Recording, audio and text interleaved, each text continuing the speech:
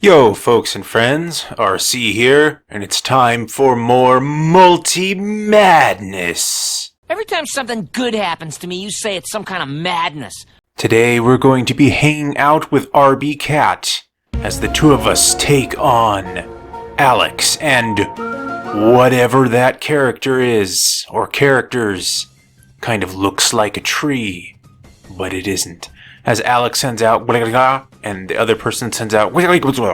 So, I am going to be leading with Alolan Persian, as RB Cat is going to lead with Leafeon. And spoiler, my partner actually had an entire evolution team. So I'm going to lead with Icy Wind. Thankfully, they did not sniff out that I would have this, since both of the opponents are quadruple weak to it, which gives us a tremendous lead pulling that off. Not only chunking big ol' heaping gaps right out of both of their HP bars, but also lowering their speed is very useful. As my partner is going to go for a Swords Dance. Incoming Hurricane misses, but the land's Wrath, that's not gonna miss. The land's Anger must never be avoided. And so the Zygarde feels the presence of the Manys as they come swarming in to create this. Yes, that. However you wish to define that. A mech? Power Ranger? Whatever you like. And so the opponent is actually going to Dynamax their Zygarde in a Moonball. Very cool. Gotta love those apricorn balls for the added swag.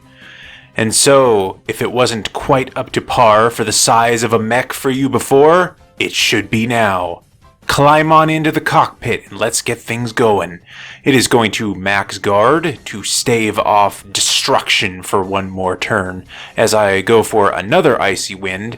And due to the max guard, it is going to avoid fainting, but its partner Dragonite was not so fortunate. As my partner here is going to go for another Swords Dance. That greed is quite real. See, it's not just me that greeds for stats. It's also RB Cat. So out comes Moltres as the Dynamax energy swirls around my bracelet of power. I'm going to go for Icy Wind again because nothing in this situation has discouraged me from wanting to use Icy Wind. Everything that is out and has been sent out has been weak to it. As my partner is going to greed again, my goodness. And greed is good. 3 Swords Dances.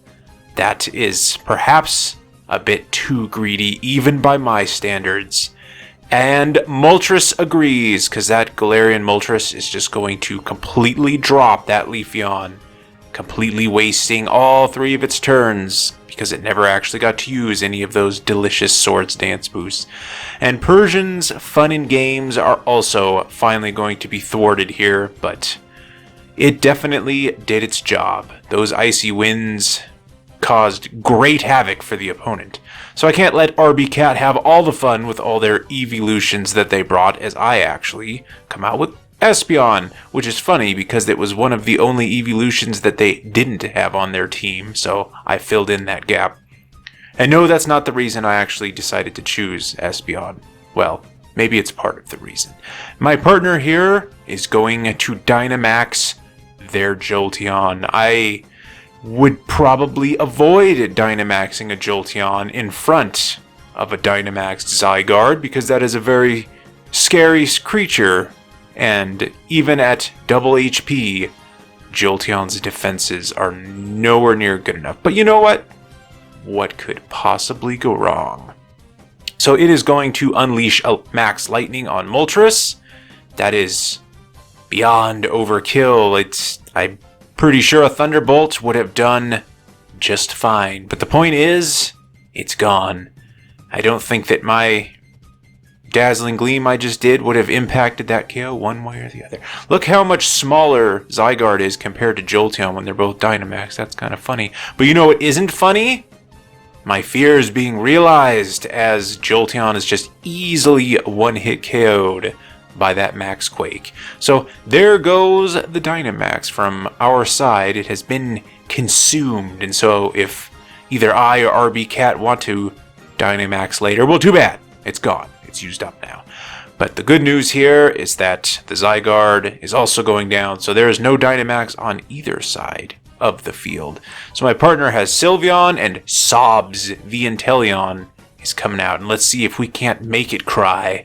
It's going for another Dazzling Gleam, and Zygarde lives again. But we do get a crit on Sobs, which is nice, as it is going to fire Great Moisture from its finger into Sylveon. Thankfully it lives. It is going for a Psyshock rather than a stab attack, which is a shame because with that lack of stab, Sobs is actually able to survive the attack, and Sylveon goes down. So we are yet again in a position where my partner has no pocket monsters left, and it is up to me to try to take on both of the opponents at once. So far so good leading into that, as I do manage to finish off both Pokemon on the field. Glad that Zygarde is finally out of here, because once it feels the presence of the Manys, it can be incredibly challenging to get it on out of the field. So in comes Doggo, and it is actually not holding the Rusted Sword. It is just normal Doggo, which I honestly don't know if I've ever seen before. I'm pretty sure all of them I've seen have had a Rusted Sword. Anyway, I'm going to send in Cubone, and you may be thinking, you're crazy! What, you think I was going to correct you? No, you're right, I am crazy. So this is a defensive Eviolite Cubone, and I'm really thinking hard about going for Fissure here. There's no kind of accuracy boosting tomfoolery going on, just straight Fissure. But I'm like, no, I don't want to risk it. Let's go for Scorching Sand. We'll see if we can get a burn against it. So it takes that close combat like an absolute champ, because it actually has very respectable defense for an unevolved Pokemon, and the Eviolite makes it even greater. Its HP it leaves a lot to be desired, but the defense helps it quite a bit. So I go for another Scorching Sand, because we didn't get the burn last time, and it's going to use Dig. Not too shabby. I can dig that decision. So it is under the ground, and we are just going to select Scorching Sand yet again, because it will be up by the time the sand comes out to scorch, and it is.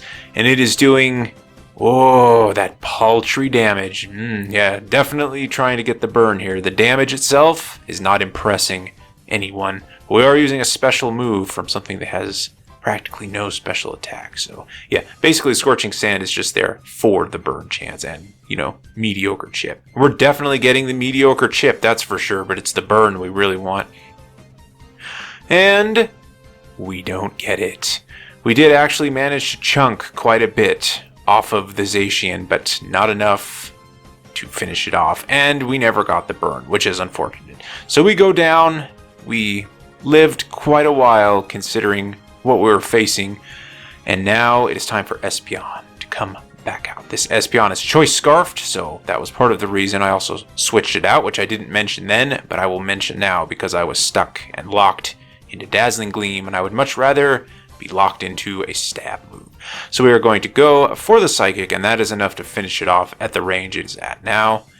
Thank goodness. Get that dog out of here. So next out comes Salamence. Salamence is going to intimidate us, which is not going to bother Espeon at all because this is a strictly special Espeon. We are going to go for a Psychic, and we are going to pray to Arceus because I am not confident that a single Psychic will finish it off. And I was correct. A single Psychic did not finish it off. But you know what will finish something off? An Outrage will easily take out Espeon. Good night, Espeon. Thank you for your service in this battle, and thank you to my ally, to Alex, and whoever that person is. Let's go ahead and jump into the second battle. Do these look like a familiar cast of characters? Well, they should, because it's the exact same participants as the last battle. It's not different at all! Is it, Steve? Because we agreed to have a rematch after that one. This time, however, I am allied with person whose name I can't read, and RB Cat. Our former friend has betrayed us and become our enemy, and Alex is still our enemy because we were opposing them last time as well. So, my new friend here is going to lead with the Salamence that just ravaged our tender behind last battle, and this time I am going to lead with Magmar. A Follow Me Magmar from Pokemon XD, Gale of Darkness.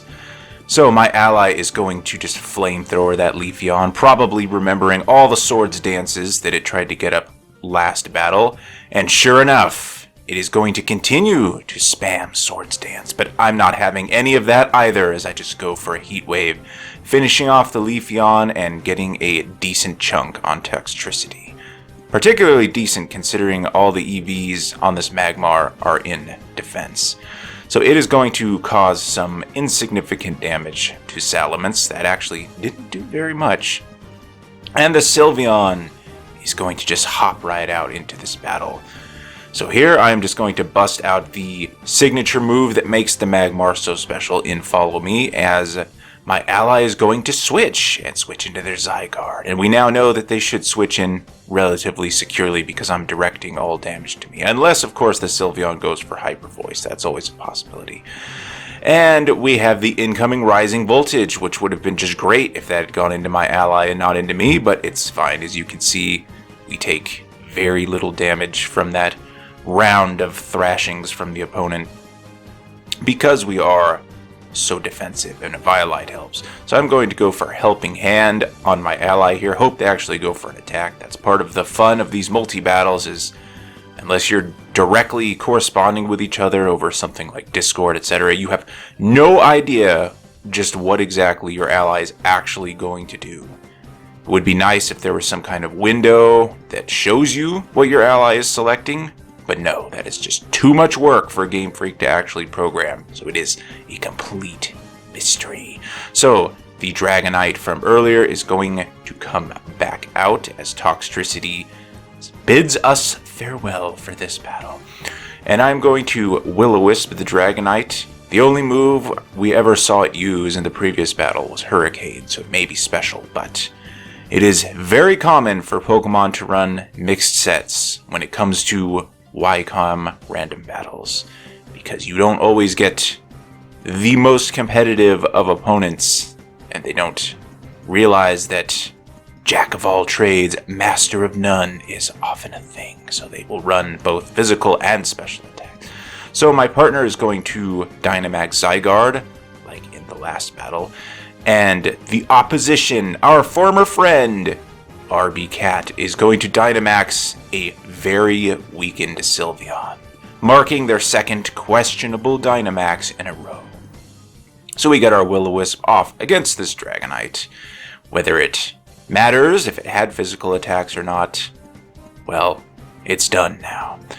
And the incoming Dragon Pulse does very small damage to my friend here, because that is just the bulk of Zygarde, especially when it's Dynamaxed. And it doesn't even have the presence of the Minis yet, and it's still taking practically no damage. And it also seems that this Dragonite may, in fact, be full special. Though it isn't. So it takes a max Starfall, but we already saw that that is coming off of Play Rough. And because Sylveon's physical attack leaves a lot to be desired, it still doesn't cause a whole lot of damage to the Zygarde there. And the presence of the Minis is once again felt. Can you feel it tingling through your bones? But unlike in the last battle, this time the Minis are on our side, fighting for good. Or are we the bad guys?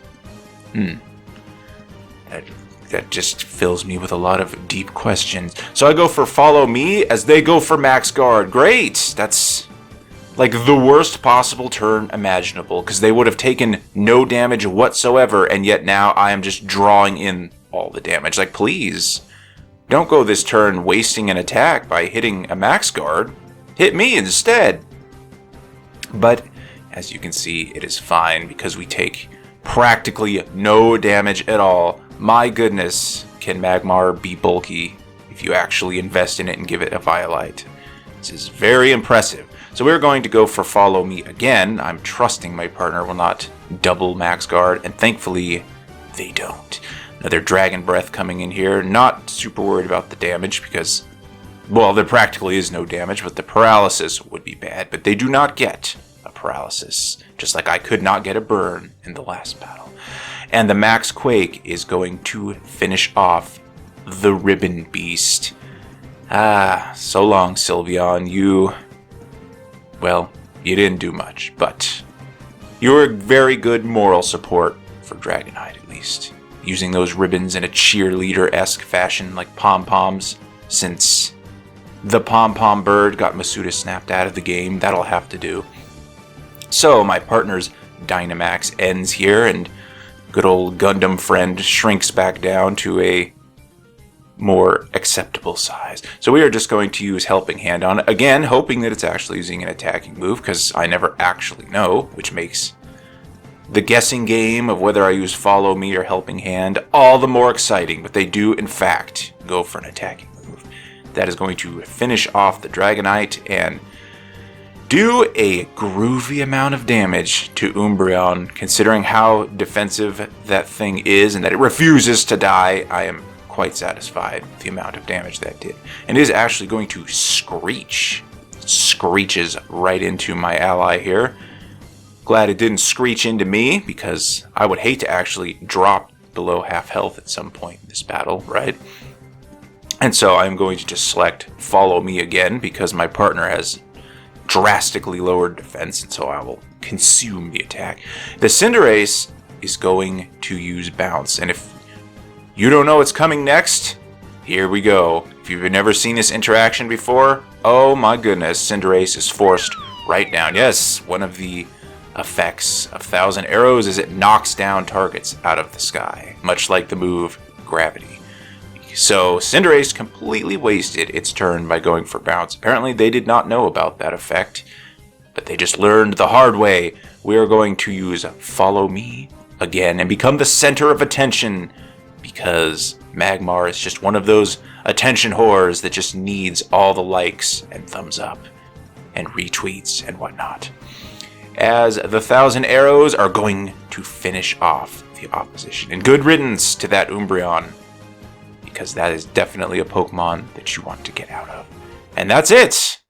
We won using just Magmar and Zygarde. That's all for this video. I hope you enjoyed our quality time together. I feel as though we really bonded. Until next time, adios.